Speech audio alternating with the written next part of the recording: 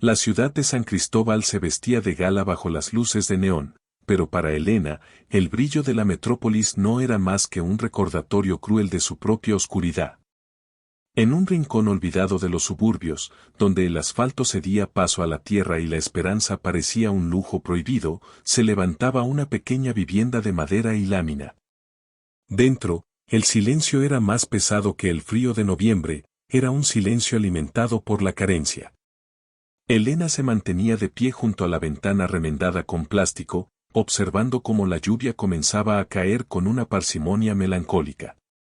A sus 34 años, sus manos, antes suaves, ahora estaban surcadas por grietas y callos, testigos mudos de jornadas de limpieza interminables que apenas servían para apagar el techo que los cobijaba. Pero hoy, ni siquiera eso tenía.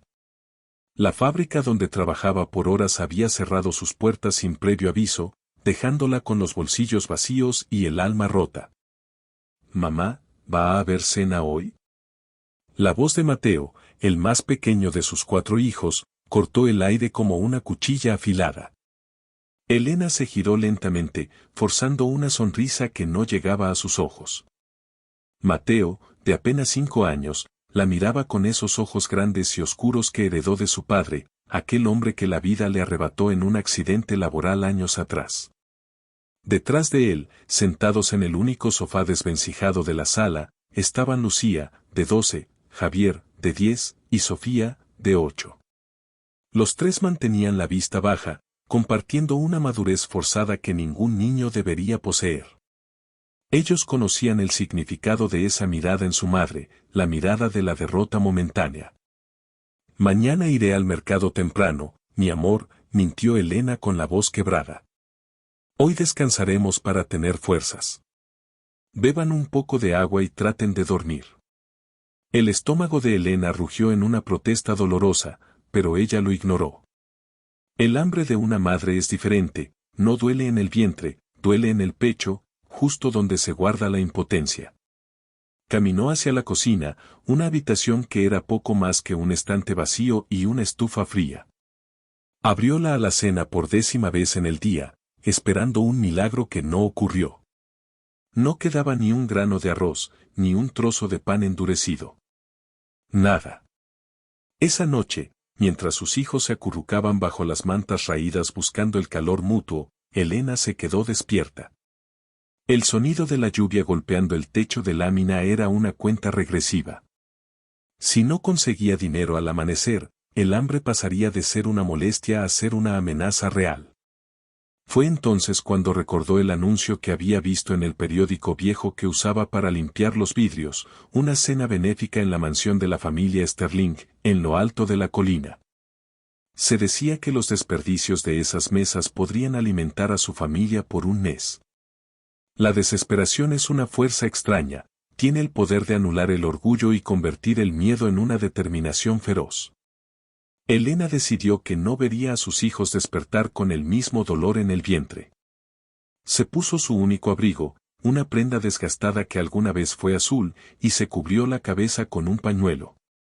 No tenía una invitación, no tenía joyas, ni un vestido de seda, pero tenía el motor más potente del mundo, la necesidad de una madre. Salió de la casa en silencio, asegurándose de que la puerta cerrara bien para proteger el sueño de sus pequeños. Caminó durante más de 1 hora, ascendiendo por las calles serpenteantes que se alejaban de la miseria y se adentraban en la opulencia. A medida que subía, el aire se sentía más limpio, pero también más frío. Las casas se transformaron en palacios protegidos por muros altos y cámaras de seguridad que la observaban con sospecha. Al llegar a las puertas de la mansión Sterling, el espectáculo era deslumbrante. Carros de lujo desfilaban dejando a su paso el aroma de perfumes caros y el tintineo de risas despreocupadas. Elena se mantuvo en la sombra, con el corazón martilleando contra sus costillas. Sabía que no la dejarían entrar por la puerta principal, así que rodeó la propiedad, buscando la entrada de servicio o alguna oportunidad para hablar con alguien que tuviera un ápice de compasión. Lo que Elena no sabía era que esa noche, su camino se cruzaría con el de Julián Sterling, un hombre cuya fortuna solo era superada por su arrogancia, y que esa colisión cambiaría sus vidas para siempre. Aunque no de la manera que ella esperaba. En ese momento, frente a la imponente reja de hierro forjado, Elena solo podía pensar en una cosa, el rostro de Mateo preguntando por la cena. Con ese pensamiento, dio el primer paso hacia el encuentro que marcaría el inicio de su prueba más dura. La entrada de servicio de la mansión Sterling era un hervidero de actividad. Meseros con uniformes impecables entraban y salían cargando bandejas de plata, mientras el aroma a carne asada, especias exóticas y pan recién horneado flotaba en el aire húmedo, torturando el estómago vacío de Elena. Ella se mantuvo oculta tras un seto de jazmines, esperando el momento exacto en que la vigilancia se distrajera. Cuando un camión de suministros de flores bloqueó la visión de los guardias, Elena se deslizó con la agilidad de una sombra hacia la cocina. Al cruzar el umbral, el calor del lugar la golpeó como un abrazo, pero fue un alivio efímero. El chef principal, un hombre de rostro congestionado y voz de mando, la detectó casi al instante entre el caos de ollas y gritos. «¿Tú? ¿Qué haces aquí?» «No eres del personal», rugió el hombre, señalándola con un cucharón de madera. «Por favor, señor», la voz de Elena era un hilo tembloroso. «Mis hijos no han comido en 2 días. Solo busco las sobras, lo que vayan a tirar. No quiero molestar, solo un poco de pan». El chef estaba a punto de echarla a empujones cuando una figura apareció en el marco de la puerta que conectaba con el salón principal. Era Julian Sterling. A sus 40 años, Julian era la definición del éxito frío, traje a medida, cabello perfectamente peinado y una mirada que parecía evaluar el valor monetario de todo lo que tocaba. Su presencia impuso un silencio inmediato en la cocina. «¿Qué es este alboroto, chef?» «Los invitados están esperando los canapés de langosta», dijo Julián, con una voz profunda pero carente de cualquier calidez. «Señor Sterling, 1000 disculpas». «Esta mujer se coló por la puerta de atrás pidiendo comida», explicó el chef, tratando de justificarse. Julián caminó hacia Elena. Cada paso de sus zapatos de cuero italiano resonaba en el suelo de mármol como una sentencia. Se detuvo a 1 metro de ella, arrugando la nariz con un gesto de sutil repugnancia al notar el abrigo desgastado y el olor a lluvia y pobreza que ella emanaba. Elena, a pesar del miedo, levantó la vista. «Señor», suplicó ella, juntando las manos, «sé que esto no es lugar para mí. Pero tengo 4 hijos en casa. No tengo nada que darles. Por favor, una de esas bandejas que regresan de las mesas, para ustedes nada, para ellos es la vida». Julián esbozó una sonrisa que no tenía nada de amable. Era una mueca de superioridad. Miró a su alrededor, notando que algunos de sus empleados observaban la escena. Decidió que era un buen momento para dar una lección sobre la meritocracia que él tanto pregonaba. «¿4 hijos, dices?», preguntó Julián, cruzándose de brazos. «Qué falta de responsabilidad. Traer vidas al mundo para que pasen hambre es un pecado de ignorancia, no de mala suerte. ¿Por qué debería yo, que he trabajado cada segundo para construir este imperio, subsidiar tu falta de planificación?»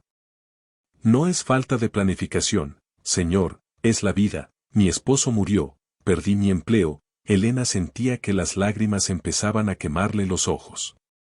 «¿Te excusas?» «El mundo está lleno de excusas», interrumpió él con desdén. Luego, tomó una copa de champán de una bandeja cercana y bebió un sorbo. «Si quieres comida, gánatela. Pero no limpiando suelos, eso es demasiado fácil. Hagamos algo divertido para mis invitados. Sal al jardín central, donde está la fuente.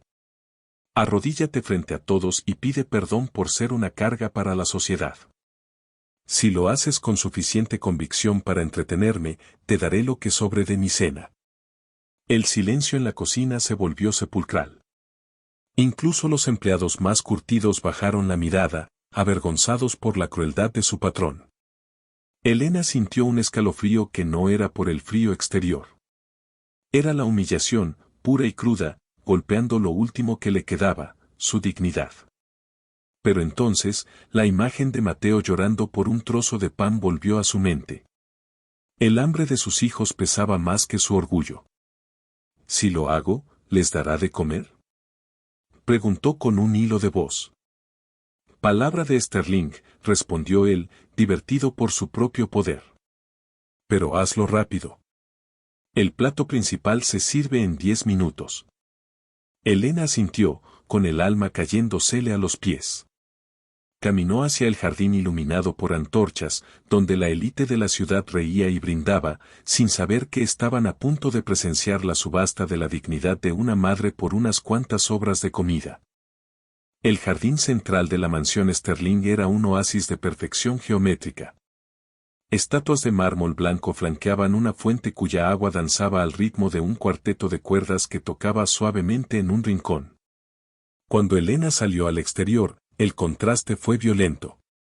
La luz de las antorchas iluminaba las joyas de las mujeres y los relojes de oro de los hombres, quienes se detuvieron al ver aparecer a aquella mujer de aspecto demacrado y ropa empapada.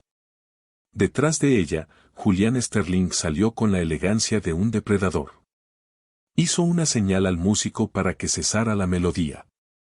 El silencio que siguió fue denso, cargado de una curiosidad morbosa. «Atención a todos», anunció Julián con voz potente, capturando la atención de sus invitados. «Esta noche tenemos una invitada que busca una lección sobre el valor del esfuerzo. Dice que tiene 4 bocas que alimentar, pero ha olvidado que en este mundo nada es gratis. Ella ha aceptado demostrarnos cuánto está dispuesta a sacrificar por una limosna». Elena sentía que la tierra se abría bajo sus pies.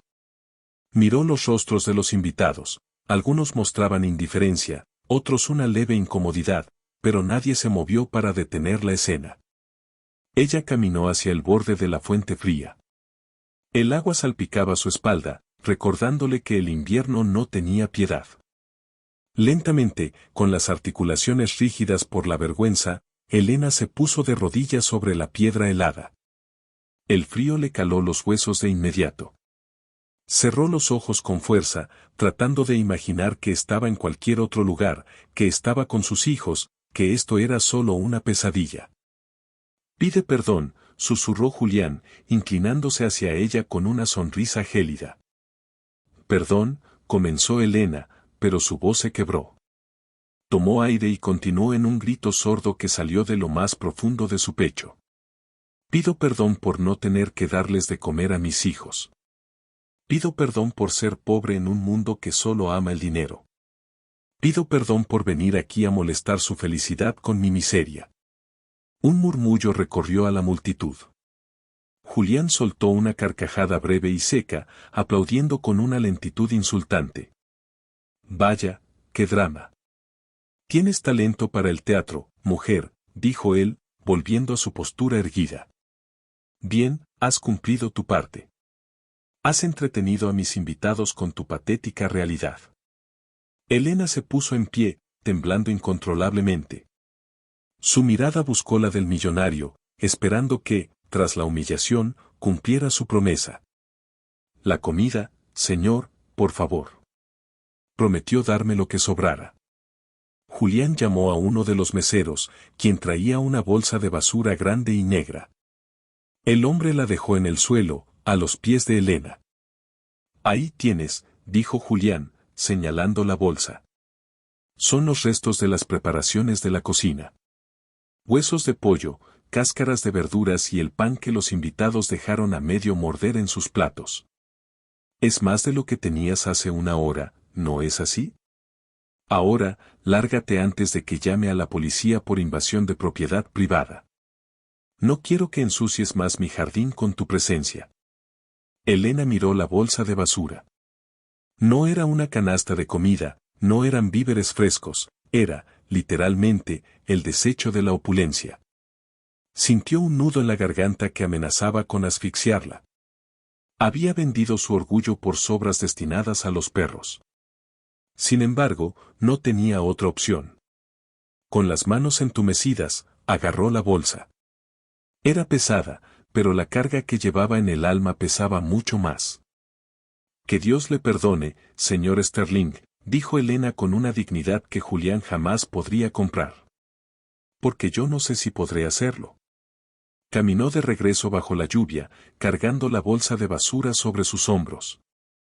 Mientras se alejaba de la mansión, escuchó cómo la música del cuarteto se reanudaba y cómo las risas volvían a estallar, borrando su existencia de aquel lugar como si nunca hubiera estado allí.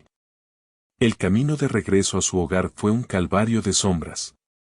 La lluvia arreciaba y la bolsa goteaba un líquido graso sobre su abrigo. Al llegar a su pequeña casa, entró con cuidado. Sus hijos seguían durmiendo, o al menos eso parecía hasta que vio a Lucía esperándola detrás de la puerta con una vela encendida. «¿Mamá? ¿Qué es eso?», preguntó la niña, mirando la bolsa negra. Elena no pudo responder. Se dejó caer en el suelo de tierra y comenzó a llorar en silencio, un llanto desgarrador que no buscaba consuelo, sino escape. Esa noche, cenaron restos de pan mojado y caldo hecho con huesos de una cena ajena, mientras en la colina, Julián Sterling brindaba por un éxito que comenzaba a tener un sabor amargo que él aún no lograba identificar. Lo que Julián no sospechaba era que el destino tiene una forma muy peculiar de equilibrar las balanzas.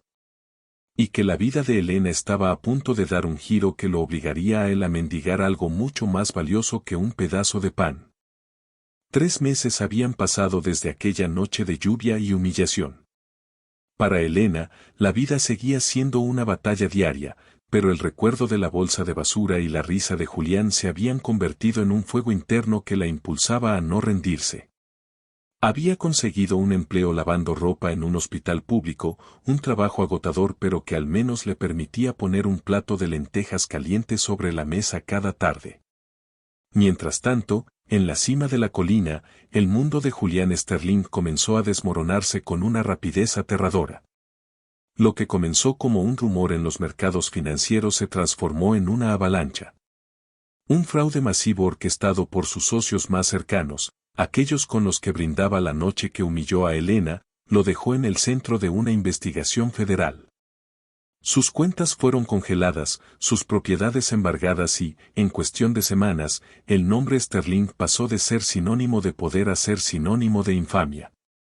Pero la verdadera tragedia no fue económica. Una tarde de enero, mientras Julián intentaba desesperadamente contactar a sus abogados desde un modesto apartamento alquilado, lo único que había podido salvar del naufragio, recibió una llamada que le heló la sangre.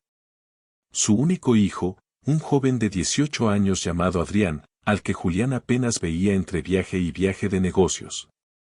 Había sufrido un colapso pulmonar severo debido a una complicación tras un accidente de esquí que Julián había ignorado por estar demasiado ocupado.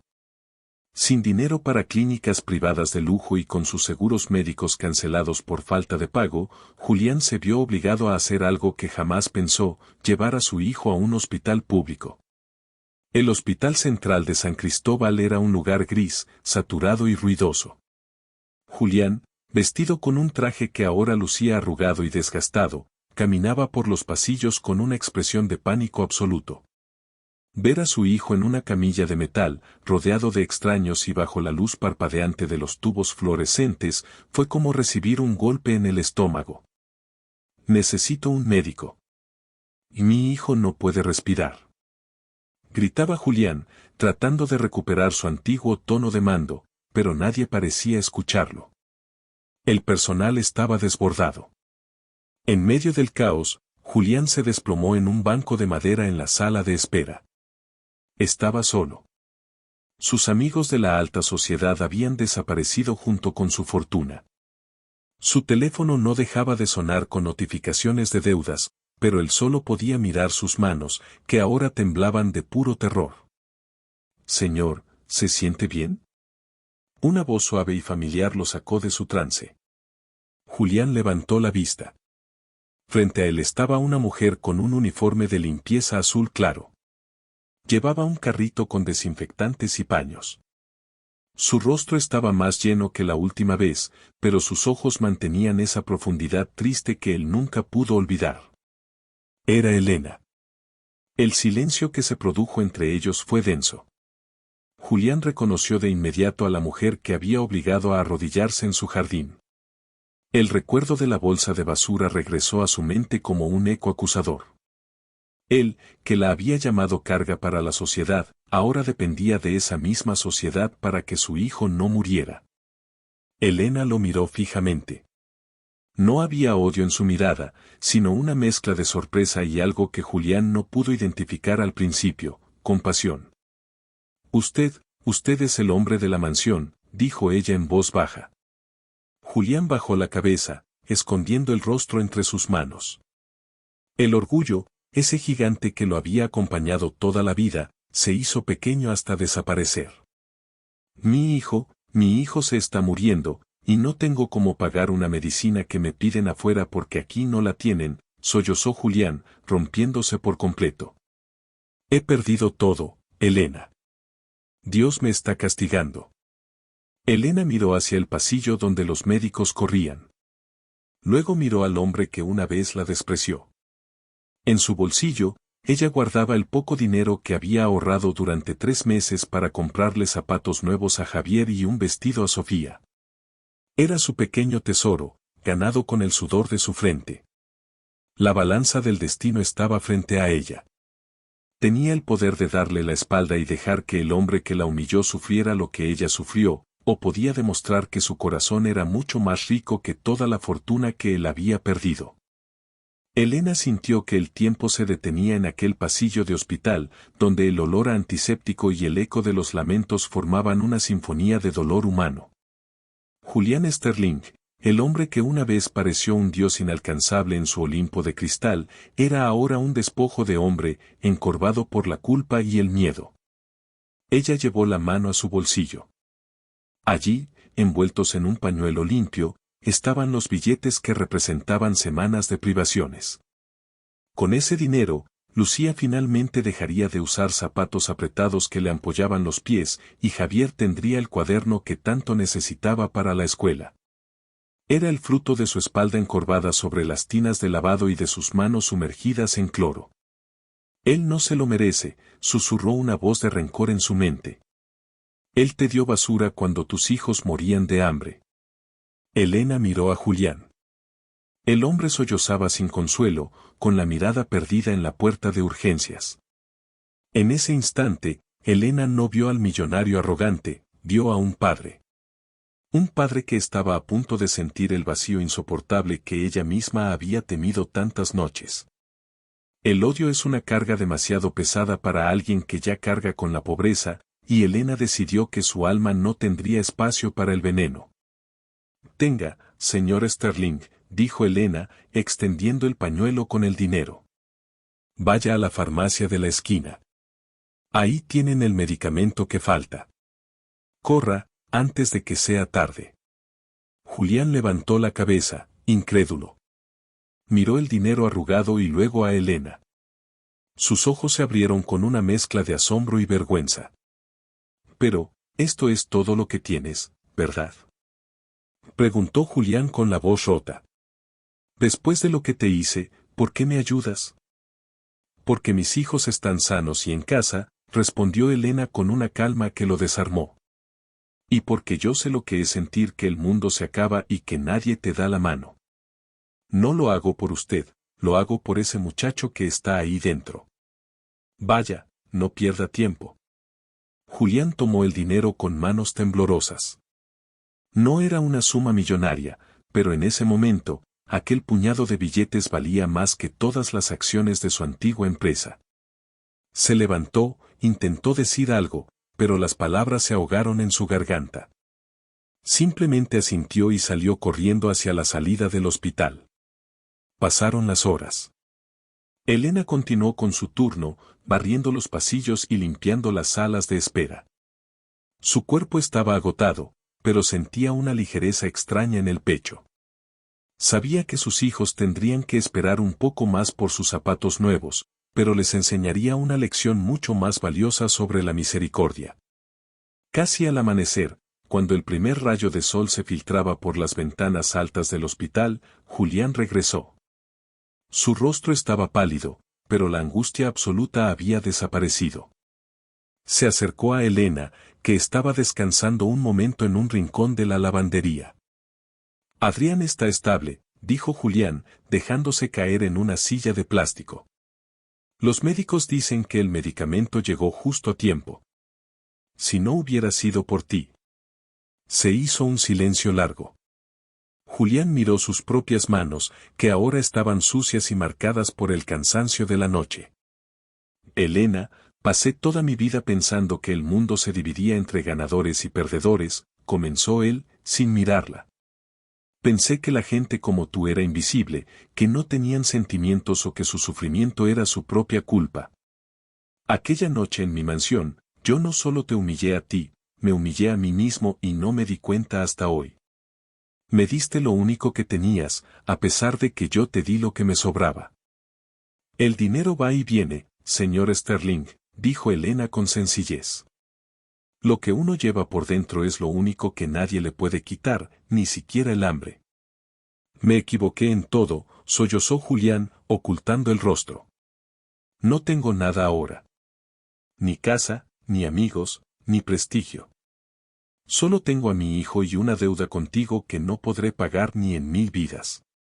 Elena puso una mano suave sobre el hombro del hombre que alguna vez la hizo arrodillarse. En ese gesto, la jerarquía social se borró por completo. Eran solo dos seres humanos unidos por la fragilidad de la vida. Empiece por perdonarse a sí mismo, le dijo ella. Y luego, aprenda a vivir de nuevo. Julián la miró con una determinación que no nacía de la ambición, sino de un arrepentimiento genuino. En ese momento, en el sótano de un hospital público, el millonario que lo había perdido todo comenzó a entender el verdadero significado de la riqueza. Pero el destino aún tenía una última sorpresa preparada, una que pondría a prueba si el cambio de Julián era real o solo fruto de la desesperación. Los meses siguientes fueron una prueba de fuego para Julián Sterling. Tras el alta médica de su hijo Adrián, ambos se mudaron a una pequeña habitación alquilada en una de las zonas menos favorecidas de la ciudad. Sin lujos, sin servidumbre y sin el escudo de su apellido, Julián tuvo que enfrentarse a la realidad que Elena vivía a diario, el conteo de las monedas. El frío que se cuela por las rendijas y la mirada de sospecha de una sociedad que no perdona a los caídos. Adrián, con la resiliencia propia de la juventud, se recuperaba lentamente mientras trabajaba como tutor de matemáticas para otros jóvenes del barrio. Julián, por su parte, aceptó empleos que en otro tiempo habría considerado indignos. Trabajó cargando cajas en el mercado central y como ayudante de albañilería. Cada noche, regresaba con el cuerpo adolorido y las manos llenas de ampollas, pero con una claridad mental que nunca tuvo en su oficina de cristal. A pesar de su situación, Julián no había olvidado a Elena. Cada peso que lograba ahorrar tras cubrir sus necesidades básicas, lo guardaba en una pequeña caja de madera.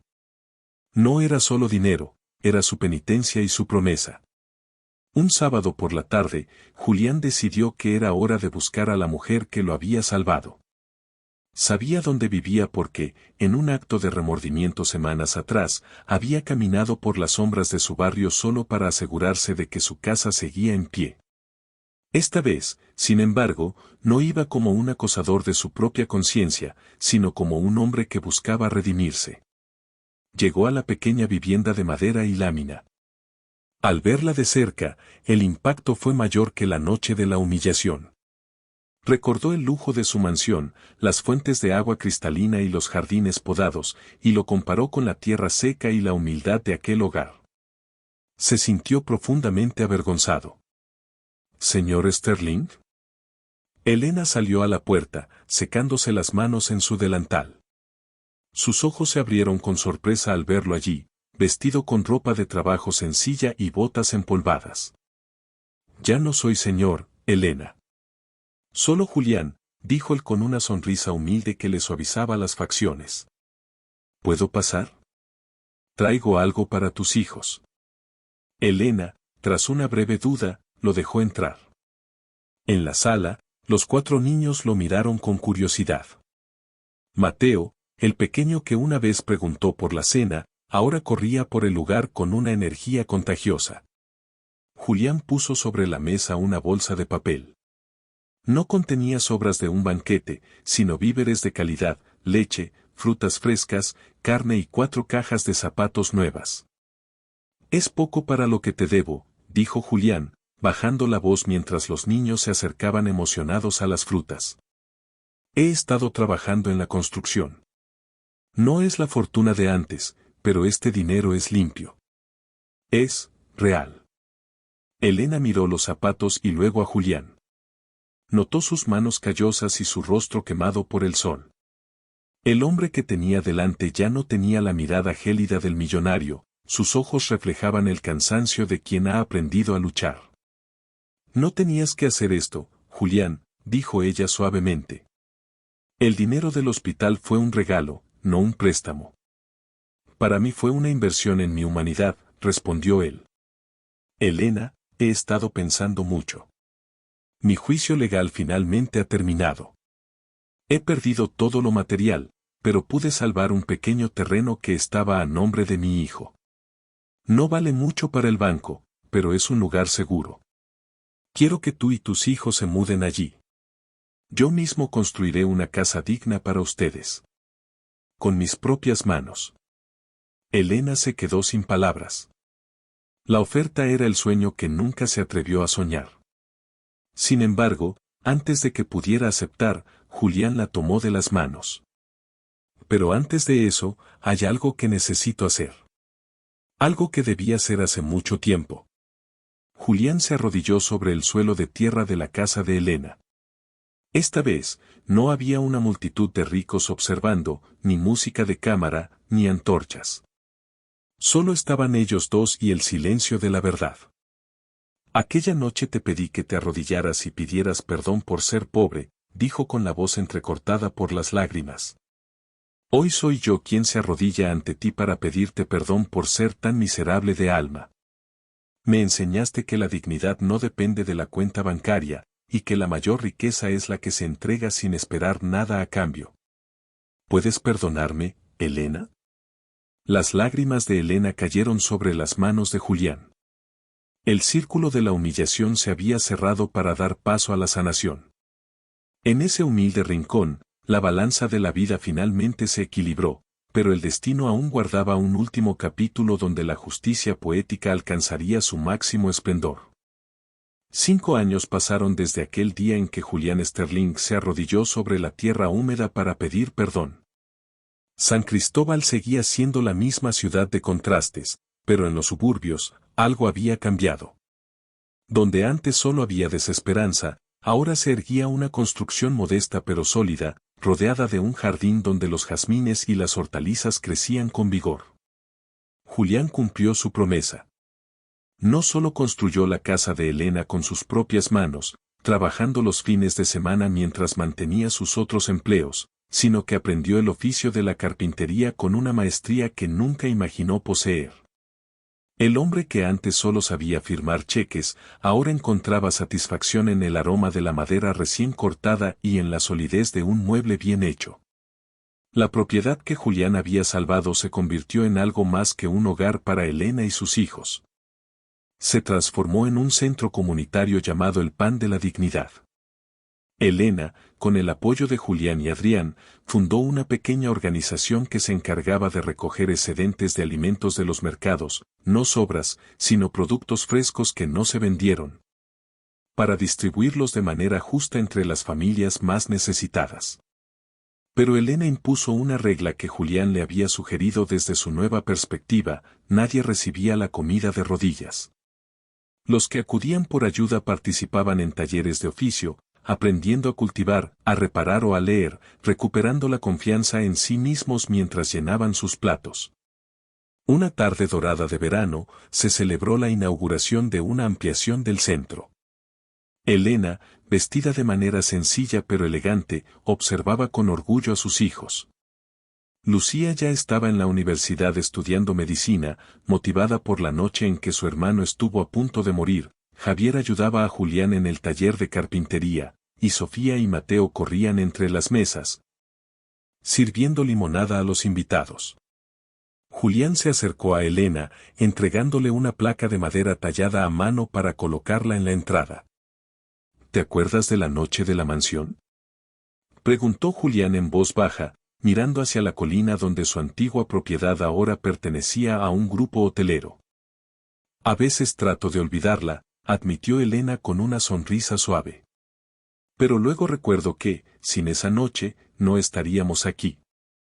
Yo no trato de olvidarla, dijo Julián con sinceridad. La guardo como el recordatorio de quién era y en quién me convertiste. Aquella bolsa de basura fue el regalo más amargo de mi vida, pero tu perdón fue el cimiento de mi nueva existencia. En ese momento, un hombre que pasaba por una situación económica difícil se acercó a la mesa de distribución. Se veía avergonzado, con la cabeza baja. Julián, reconociendo esa mirada de inmediato, se adelantó. No le dio una bolsa de basura, ni lo miró con desdén. Le puso una mano en el hombro, lo miró a los ojos y le entregó una canasta llena de pan caliente y frutas. Levante la cabeza, amigo, le dijo Julián con voz firme y cálida. Todos tenemos inviernos en la vida, pero la primavera siempre regresa para los que no pierden el corazón. La historia de la madre que fue humillada y el millonario que se arrepintió se convirtió en una leyenda local. No por la caída de la fortuna de uno, ni por el ascenso de la otra, sino por el puente invisible que construyeron sobre el abismo del orgullo. Elena miró hacia el horizonte mientras el sol se ocultaba. Ya no sentía el eco del hambre en sus paredes, ni el dolor de la impotencia en su pecho. Sus hijos tenían un futuro, y ella había ganado un hermano en aquel hombre que una vez fue su mayor agresor. La verdadera riqueza, comprendieron todos los presentes esa tarde, no es la que se guarda en cajas fuertes de acero, sino la que se multiplica cuando se comparte. En San Cristóbal, bajo la luz de las estrellas que ahora parecían brillar para todos por igual, Elena y Julián demostraron que el arrepentimiento es el único camino para transformar la miseria en un banquete de esperanza. Si te ha gustado esta historia, no olvides darle a me gusta y suscribirte al canal para no perderte los próximos capítulos. Activa la campanita para que YouTube te avise siempre que suba un nuevo video.